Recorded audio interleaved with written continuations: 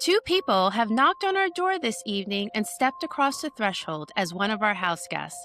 They're crossing over from the normal world into our haunted house. Welcome to the Looks Creepy Cool podcast, part of Haunted House FearFest.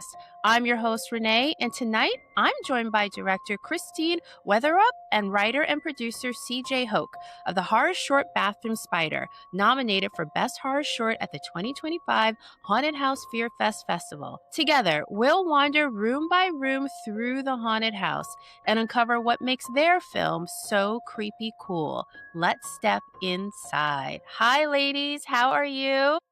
Hello, doing great.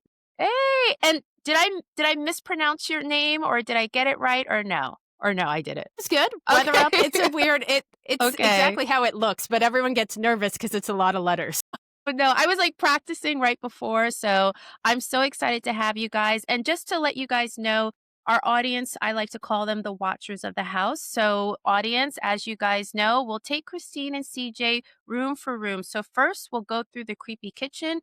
They'll share their ingredient of fear, the library of shadows on what inspired our house guests, the mirror room where they reflect on their horror origin story, the basement brief where they reveal industry secrets or lessons, the attic call where they talk about what's pulling them forward, and the final room where they share their most creepiest moment and their most coolest moment. And, you know, ladies, you might not make it through every room. It really depends upon your answers to the questions and what room you lead to next. So first, we're going to start off in the creepy kitchen. And this every story starts with a recipe. So what I want to ask you is that, you know, Bathroom Spider, it's both eerie and oddly intimate. It's set in a space we all know too well, our bathroom.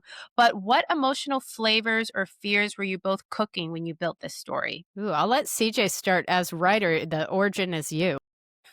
Man, well, I did have a bathroom spider in my old apartment, and there was something about COVID and the lockdowns where you start to anthropomorphize literally everything in your space. Mm-hmm. So, I found the spider and I couldn't get rid of it. And I started talking to it, in the way that you talk to inanimate things in your home. And I thought about, okay, where would this be the best ally to have? And of course, it's in those moments after a breakup where you feel so vulnerable and it's impossible to think about reaching out to anybody. But when there's someone right there, you feel like you can talk to them and not be judged. So I want to ask you, what did your spider look like? Because if it looked like a big tarantula, then I would not be talking to it. So what did it look like? Was it just this little spider and it morphed into everything? Yeah, just this very cute little guy in the corner, just, hanging out in that spot where you know that you should dust, but you really don't. Like, if I were a better person, maybe I would get out a dust mop and, take this cobweb down, but no, you just kind of let it be. Yeah, Did it have a name? Just bathroom spider. I feel like I give things the most boring names. Like every time I see my car, I'm like, hey, beautiful car. Like come back into the apartment. I'm like, hey, apartment. Bathroom spider just made sense. And Christine, so how did you season the horror visually? Like first we start off with the breakup and then it transitions. So, what choice made the bathroom feel from uncanny to a little bit ordinary? I mean, in a way, when you're watching the film. Yeah, I feel like it should start in that very familiar, ordinary world before it gets to, because I think we should all relate to it. And so fun fact, it's CJ's actual apartment that we use. So we had a wonderful, wonderful apartment to start with. And then, one thing that I was proud of in the main room. So we start off with the couple breaking up and it's in their bedroom. We have like macrame and some other like knitting around the room. So you get sense of like a spider web. So we're kind of laying the groundwork. And then that bathroom should feel once again very, very familiar, very natural before things get a little crazy. And then we get into the more surreal world that the spider helps us get to. Yeah, and it definitely got crazy. I'm not even going to spoil it, but it was such a short film. It's about, I believe, 4 minutes or close to 4 minutes. So how did you guys just take everything and unpack it so well so that the story moved very seamlessly? Because that's a lot to put in such a short amount of time. Was there a lot of, I don't know, unexpected things on set, or how did you guys do that? Well, I feel like it starts with CJ's script. It was a very just economical script, it had every beat that you needed. And I mean, part of the goal in shooting it was what can we shoot that we could shoot in one location in one day minimal cost, minimal cast and crew. And the script really helped us in that. And so that was the basis. Of course, then I think I went in on the day like, oh, it's only, 4 pages. We'll have so much time. Always halfway through the day, you're like, we're ahead of schedule. And then that second half, you're behind schedule somehow for a lot of it. And the second half, we shot it chronologically. So the second half was the spider web and all of that took time to build, and you couldn't build it until you wrapped the first location because it's in the same space. So that became a little bit of a challenge. Wow. And how did you guys meet? Like, just curious how did you guys like meet and form a friendship and start working together? CJ, do you want to start? I'm trying to even remember. It's been so long. Wow. I think I met Chrissy maybe through my husband. Did I meet you through Nate, or did I know you before Nate? Well, it's funny because a former roommate of yours I also knew. Oh no, that's but totally right. I think Nate might have been the way, but then we realized we maybe have been in the same room together because of Taylor. I don't know. Perhaps, Either yeah. way, but then you wrote a play that Nate directed and I acted in. Yes, which was fantastic, and you did such a great job in. It was such a fun play. What play is it? It's called Snow. I don't know how plugged in you were in 2019 to how Trump was literally tearing up papers and that he was supposed to file. Hard to keep track. Hard to keep track, but there's a thing called the Presidential Records Act, which means that he's not allowed to do that. And so literally archivists were brought in to tape his papers back together to file them to make sure that no laws are being broken. So I wrote this really Beckettian thing about 2 archivists sitting in front of a giant pile of papers and trying to put all the stuff back together while thinking about democracy. Wow. And that's how you guys met. And the rest is history. The rest is history. Wow. So, before we leave the creepy kitchen, if fear had a texture or taste in Bathroom Spider, what would it be? I mean, I first go to spider web, so I'm like sticky webs. Although fear, the spider web's kind of empowering, so it makes me, the stickiness is a good thing. What's creepy? Maybe a wet empanada bag. Ew. There's a Yeah, I think the stickiness, but like there's like a kind of coldness to it. Like I think the real horror to start with is just the way this guy treats her. Like she's so disposable and like something he can just like throw away and be super casual about. And yeah, in the same way of the empanada, like there's a way he treats things in this world. And I think that's kind of horrifying. And her reaction to it is the empowering part. It's like, you can take this moldy Kleenex of a man and like So moldy Kleenex might be our texture. Oh. And that is so gross. My God. I'm just like visualizing it. My goodness. There are So some things that you want to throw out and you keep meaning to throw out and you just don't. And then when the time comes, you're like, oh yeah, why did I let that stick around so long? And I think that's a little bit the fear. I know. So speaking of fear, I want us to go into the Library of Shadows, really discussing your origin of fear and horror. And CJ, I'm going to start with you. Like any storytellers or horror writers that shaped your voice, that really shaped your voice like throughout the years to become such a great writer, particularly for this film. I grew up reading a lot of Stephen King, probably a little bit too young, honestly. I think I read a lot of his short stories, which I think have definitely informed me as a writer because he has a way of finding these twists and taking something that seems ordinary and then making it very macabre. So definitely him. I think the first film thing I remember reading, and there might be some discussion if it's horror, if it's thriller, was the Silence of the Lambs script, which I somehow found and got on my computer, and it was the first screenplay I'd ever read. And I remember reading it in bed in the middle of the night when I definitely wasn't supposed to still be awake. And there's that sequence where, spoiler alert, Hannibal Lecter is escaping, and we think that the guy on the gurney is a police officer whose face has been mauled. And then he sits up, and it's Lecter's put all the stuff over the strips of flesh on his face to like pretend to be him to get out. And I thought that was so terrifying and so visceral and just what a gut punch. So I think that feeling really informed me of like, okay, how can you lull people into a sense of security and have them think they know what's going on and then flip it on its head, be like, it's actually something else. Yeah. Just like life. And then Christine, like what film or book or life moment planted that seed for you? It's funny. I'm just a throw out to CJ mentioning Stephen King. I don't know if you know this fact. I was named Christine because my mom was reading Christine at the time that she was pregnant. So That's amazing. that's right. So I have a small connection to Stephen King as well. So cool. And it's funny you mentioned Silence of the Lambs. That's one of like my top movies. I love, Oh, and I think thrillers appeal to me a lot. You know, it's funny. As a kid, I watched Are You Afraid of the Dark on yes. Nickelodeon, and that was very formative. There was one episode where there's a girl who gets stuck in a mirror in the house and nobody knows what happened to her. And she's like trying to get their attention and she's in the mirror and uses lipstick to like write notes on it. And it was so terrifying to me, like the biggest fear of like, nobody knows where I went and I'm here the whole time. So like that, you know, and then I remember reading R.L. Stein a lot, Yes. like, and finishing all the like scary stories. And my parents were like, well, now that you've read this, like you've graduated to bigger scary books. But I also get really scared easily. So like as an adult, I think I've stepped away from horror because I'll think about it a lot. And so I My slowly God. get back into it, but I also get very scared. Oh my God. So are you guys slowly getting back to horror this month? It's Halloween month. Anything cool you're doing? I know Christine, you're based in LA. CJ, are you based in LA too? Or Yeah, I'm downtown. okay. So are you guys doing anything creepy or anything around Halloween or I have a pumpkin carving party that I do every year. So nice? that is a little more wholesome than creepy, but that's kind of my speed for the most part. Yeah, I think probably do a little pumpkin carving. I did go and see John Carpenter's The Fog. I've been trying to catch a lot of older horror films in theaters and really see them as Mm. they're meant to be seen with a crowd. And there's something really visceral and wonderful about feeling people react around you with something like that. So I that's my know. big spooky splurge.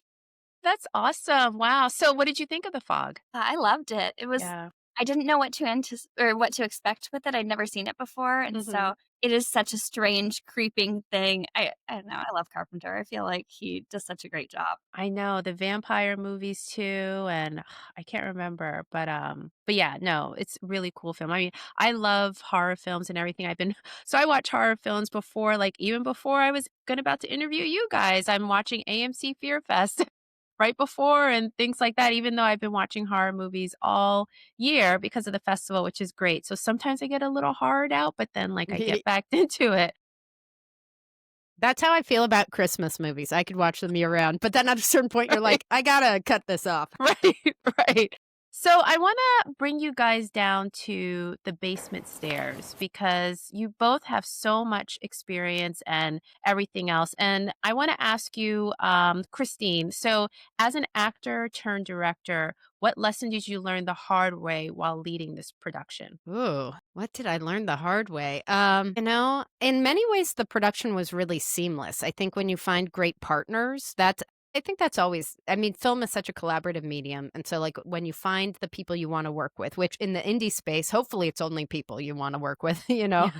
Yeah. Yeah, it's a passion thing. And so I think that makes everything go a little easier. I think the biggest challenge maybe was production design. I remember maybe a week before I thought I had somebody locked and then their schedule, they had to jump on another project. So, and I knew the web was going to be the biggest challenge of the shoot. And so finding somebody who thought they could pull it off with our, you know, very limited means and limited time frame. So that was maybe the biggest hurdle.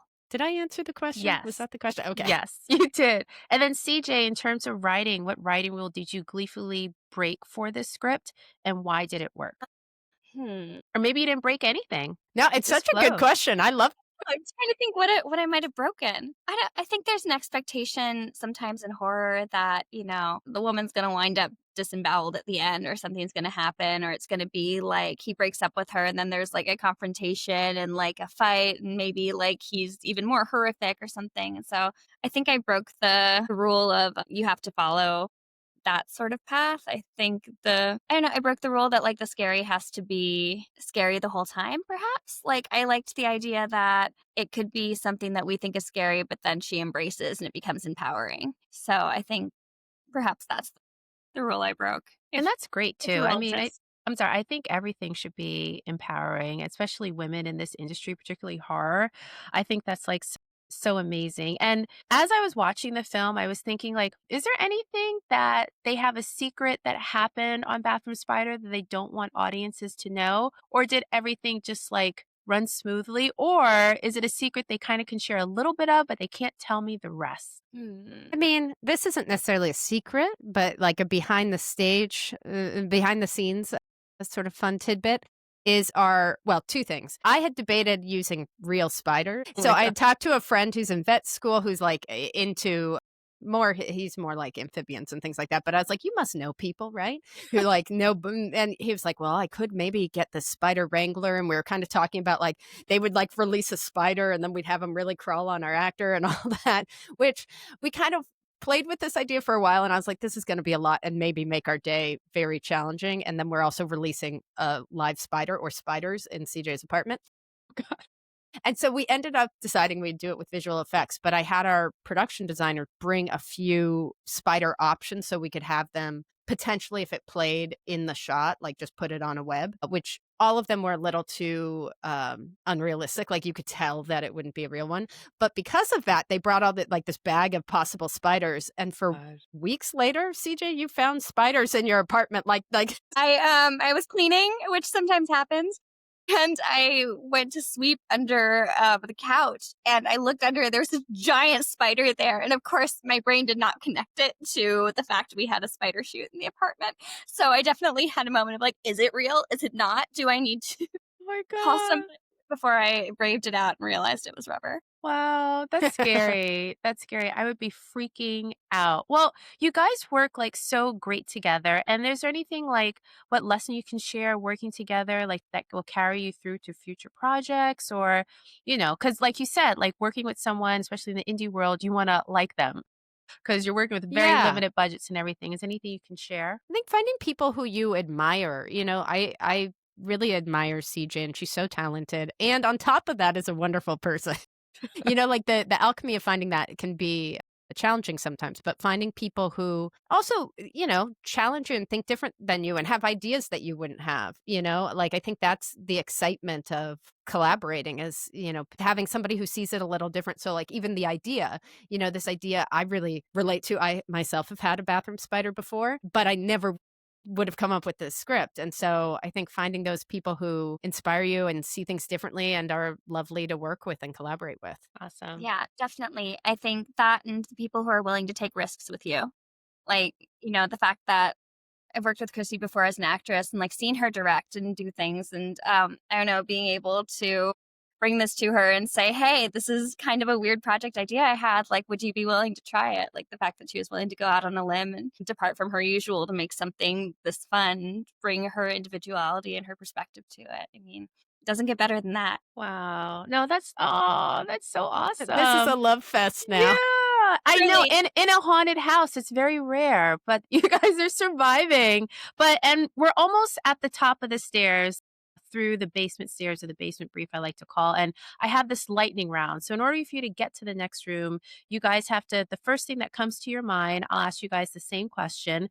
And we're going to get started. So your favorite horror movie, monster or villain? Michael Myers? Hannibal Lecter, though, is he a villain? I don't know.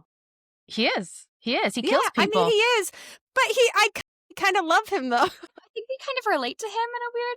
Yeah, Buffalo Bill is probably the villain in that, but Hannibal Lecter is the favorite. Oh my gosh, but you wouldn't share a bathroom with either of them. True. Yep. True. Having seen the most recent Halloween where people are like viciously murdered in a bathroom, right? I was like, no, thank you. The first film that ever truly scared you. I saw, I don't know the name of it, but it's a film about the sinking of the CSS Hunley, which is the first Confederate submarine to ever sink a ship. And my dad's a historian. He left me alone in the living room watching this on cable. And I was like, how did it sink? And he's like, you just keep watching. And at the end, it floods and all of the people die and their ghosts float out of their bodies in like this eerie, like creepy submarine lit thing. Horrifying. I cried. I could not go in a pool after dark for a very long time. Just totally destroyed me. That sounds amazing from a horror owner. Yeah, from a horror perspective, I'm sure if I watched it now, I'd be like, oh, okay. I see what they're doing and more. But what popped in my head was a Jabberwocky, I think. And now I'm like, what is that? Because it's like an Alice in Wonderland riff, but it's, I don't know. I just remember my sister, I was pretty young and my sister loved Alice in Wonderland, anything about it. And it was just like dark and a little haunting. And, that labyrinth as well, like that kind of like creeped me out. And I was like, I don't like watching this. Can't we watch Mary Poppins? So which would you rather face alone? A haunted mirror, a cursed script, or an actual bathroom spider? Bathroom spider. That can be your friend. They're your confidant. They're going to empower you, Also, isn't every script cursed, you know? True. says the writer. Yeah, I know. Right, right. And last question, you guys are at the top of the stairs going into our next room. Coffee or blood? What fuels your creativity the most if you had to choose? Coffee is right here with me, so I have to say coffee. Got a big thing of coffee over there, but I suppose the blood in terms of it keeps me moving. Very see? And the The blood, writer. sweat, and tears to Yes. make anything. Yes. Yeah. So Combination. it's combination, right. And so we're gonna go into the mirror room now.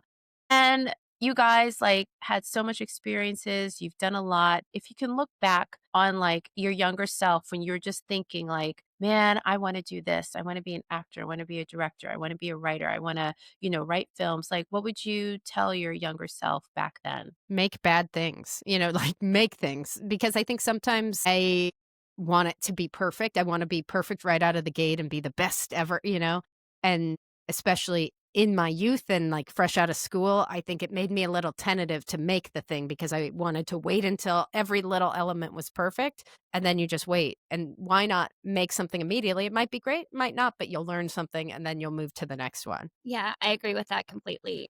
I came out of the Corman Film School, like my first job out here was working for them. And like it was very much like, okay, you got money, you got a little bit of a budget, like go do it. Like go make this happen. And so yeah, I think I would tell my younger self to, don't be afraid. You don't need to be shy about what you want. You don't need to be shy about what you want to create. Just, make it and put it out there and you'll find your people. See, I love that. You'll find your people. See, that's right. Because when you're doing it at first all alone, you're like, will anybody understand me? And you're Hmm. just telling people that, of course, they'll understand you because you're doing what you were meant to do, which is, wow, that's amazing. Oh my gosh. The house owner is like having a heart in this haunted house.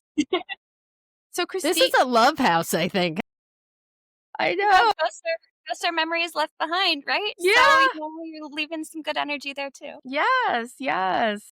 So, Christine, like coming from acting in shows like Watchmen, Grey's Anatomy, what reflection do you see in your path toward directing horror? Hmm. Well, it's interesting because I don't find myself to be any specific genre in terms of as an actor or as a Mhm. filmmaker. I think Yep. I love telling personal stories, and interesting characters.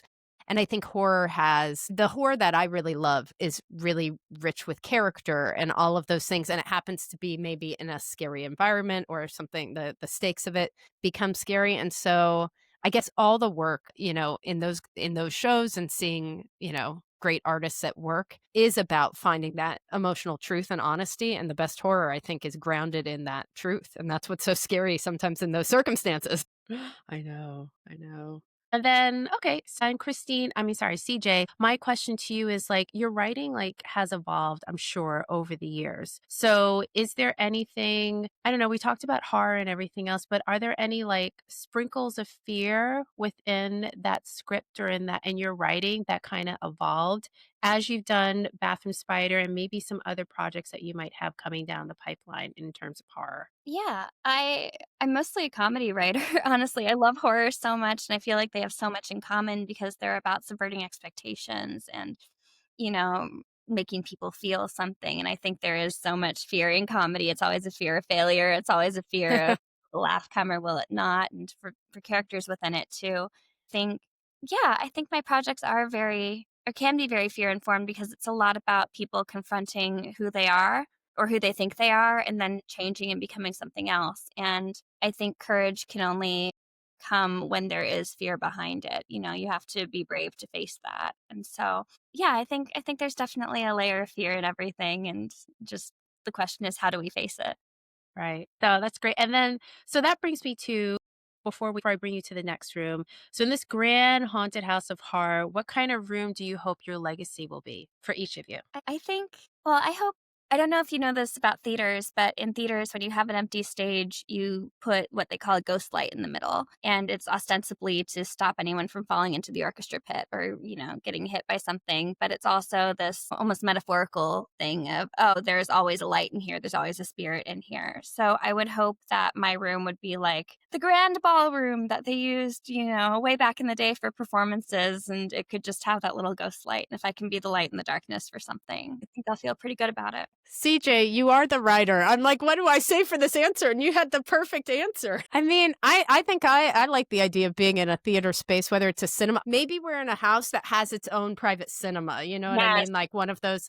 I think being in LA, there's like old Hollywood where they're like the screening room. So I would love to be in the screening room where you're just constantly watching stories and maybe also remembering stories that I had the joy of being a part of, and just like a quiet, dark room where people watch movies. That's beautiful. That's amazing. So, guys, we're at the final room, and this is where you share what is the creepiest thing that's happened to you and what's the coolest thing that's happened to you.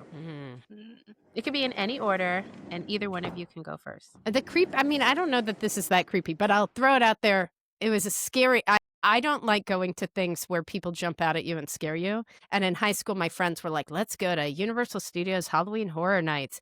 And people with like chainsaws chase you, and they immediately see, I'm like, I'm going to pretend I don't care. But of course, they know that I'm the one who cares. And so then everyone swarms me and chases me. And it was the longest night of my life.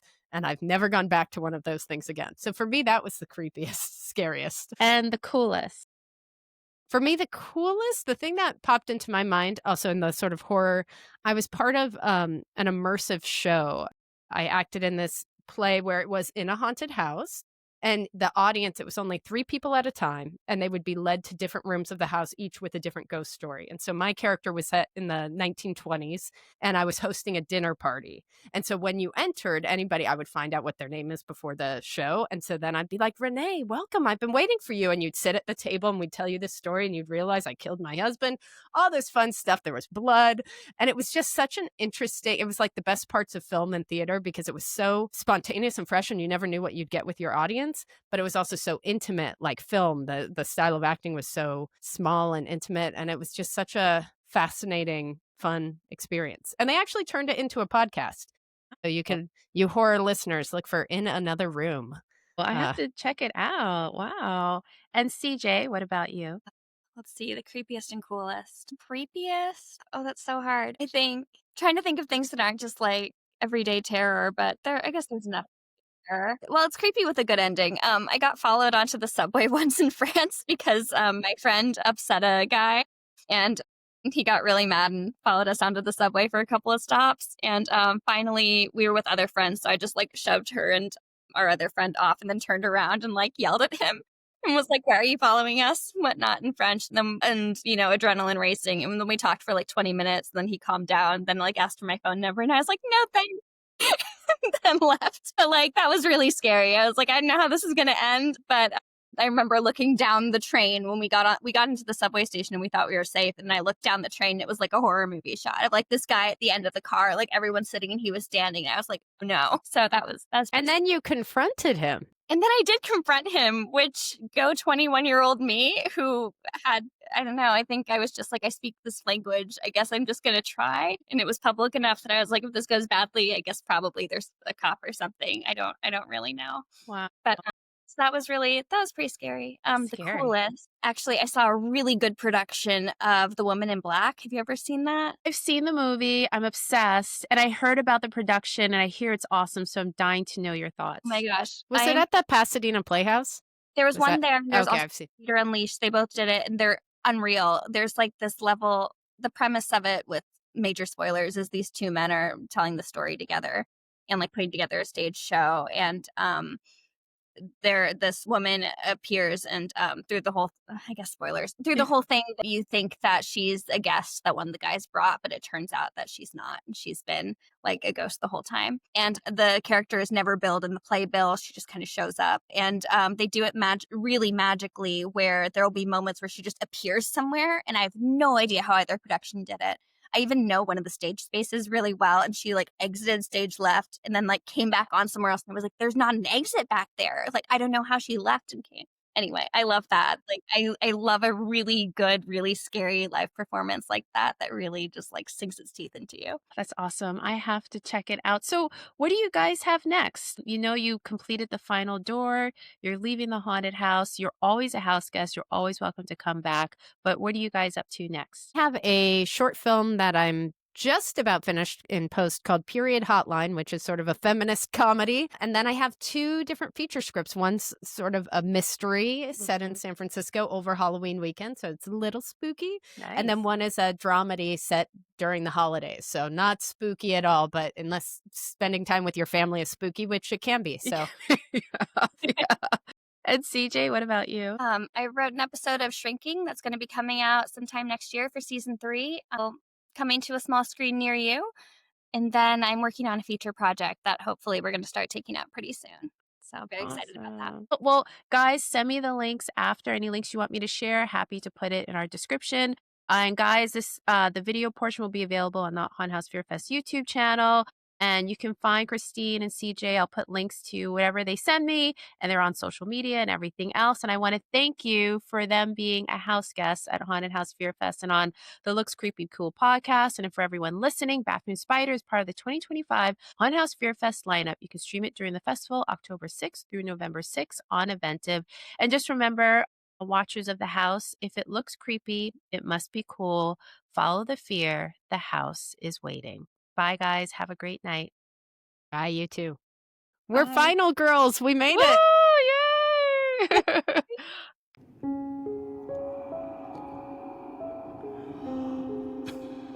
Want more chills and chatter? We're streaming on all podcast platforms.